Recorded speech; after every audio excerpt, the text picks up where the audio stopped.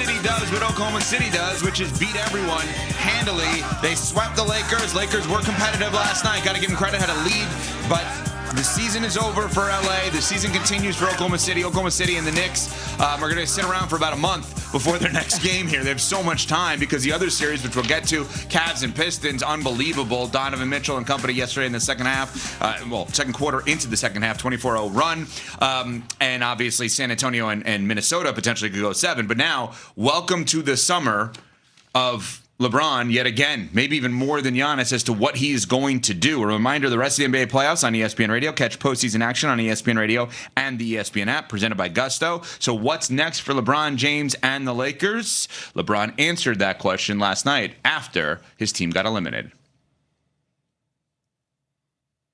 If you don't know what the future holds, I guess that means inherently this could be it. Do you allow yourself to kind of those last handshakes and this last press conference? Last handshakes? No, I don't know. Because I have no idea. I mean, none of us in here know what the future holds. None of us. Nobody has any idea what the future holds, and I don't either. Like I said, I'll take time to recalibrate and look over the season and see what's best for my future. And when I get to that point, everyone will know. So what is next for LeBron? Oh, he's going to play another year. Where? I would bet that it's going to be with the Lakers. So much ado about nothing, you think, here? Or will he consider flirting out? I mean, he's truly an unrestricted free agent. Listen, at the beginning of the season, I didn't see a world that existed where LeBron James would come back with the Lakers. But I also didn't see a world that existed where LeBron James would settle into being the third option on a team. And he did that, and the Lakers took off. All of a sudden, defensively, they weren't as bad. They were able to share the basketball. They got others involved outside of the big three. I just thought that the best version of them was right after the All-Star break when everybody was healthy. Unfortunately for the Lakers, Austin Reeves and Luka Doncic couldn't stay healthy going into the postseason, and that seemingly undermined any chance that they had of being a threat in this second-round series. So it sucks as a Lakers fan. I think it's clear that they can't just run it back and hope to gain ground on the top dogs in the Western Conference. There's going to have to be a dramatic move that's made this offseason. And it's got to be beyond re-signing guys like Rui Hachimura or Marcus Smart. It's got to be something significant, something with one of the big three. We know Luka's locked in, so the question then becomes, which one do you side with? Do you go with the 42-year-old star LeBron James, or do you go with the up-and-coming guy in Austin Reeves? And I think that you're probably going to choose at this point the former and not the latter. Yeah, I would imagine that he stays in LA and that he does play one more year, simply because I don't know where he'll be able to go that will satisfy all the things he's looking for and the manner in which LA can. He said that he still wants to seek a championship. Well, you can do that with the Lakers. Now, it might not be a perfect set of circumstances, but you can certainly compete for a championship. You're going to be a playoff team, likely. He did take an adjusted role this year, and he seemed to relish it, almost like a different challenge for him. And also, he has said many times that the biggest accomplishment of his career is playing alongside his son. He's got his family in LA. He's got his son within the team. He's got his businesses there. And if this is the end, and we are saying goodbye to one of the greatest athletes we will ever see and one of the greatest careers we will ever see, it's only fitting that you do so with one of the most iconic franchises in all of sports. He can't just go anywhere for the farewell tour. It just seems like the Lakers check almost every box. So I need to be more specific on this so we understand this all. When you both are saying he's going back to the Lakers, your gut feeling would be back to the Lakers. On a specific of what kind of contract, and there's a reason I'm asking this question. Straight one-year deal? Because if it's a straight one-year deal, is he announcing the retirement tour before the season? Is it a 1+1, meaning a player or team option? I think that's what it would be. It'd be the second one? It'd be a 1+1. So then he would not announce the retirement tour before the season. And then if you're the Lakers, are you ready to be in business with LeBron for not only one more year, but 2 more years, and no preemptive strike on what the retirement tour could be? If you move on from Austin Reeves, you are in the LeBron James business in perpetuity until LeBron James wants to hang him up. And here's the thing: there's a value for the Lakers beyond the product on the court for LeBron James retiring in their uniform.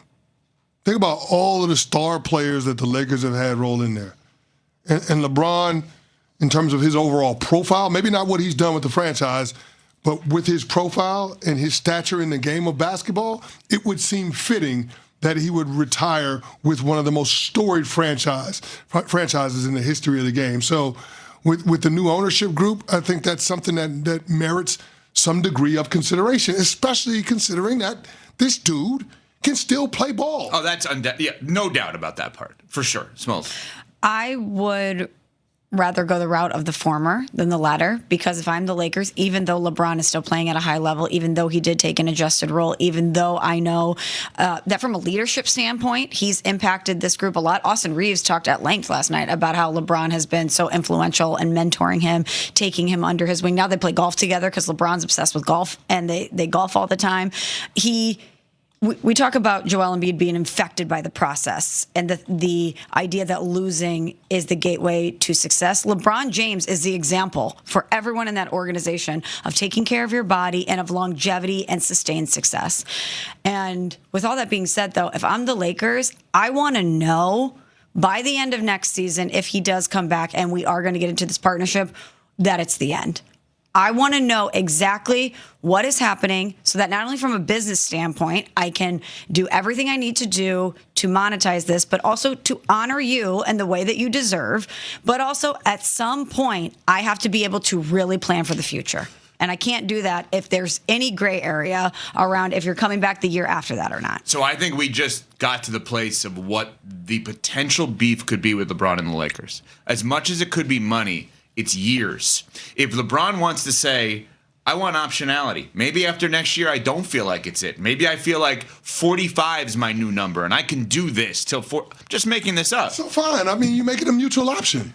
Okay, but then I believe you're risking Luka at some point here. I believe at some point it's then never going to be Luka's team. I don't believe it can be anyone other than LeBron James's team.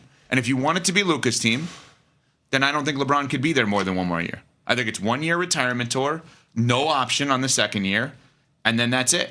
If it's multiple years, if you're saying from a business perspective it is in the best interest of the Los Angeles Lakers to have him there as long as possible, then I think there's a Luka part of it.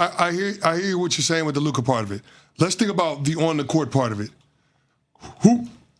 If you've got to move on from one of the two, meaning LeBron James or Austin Reeves. It's not even a question. So who puts you closer to a championship? Yeah, I obviously move on from Reeves. Okay, so what are we even talking about? But you can move on from both.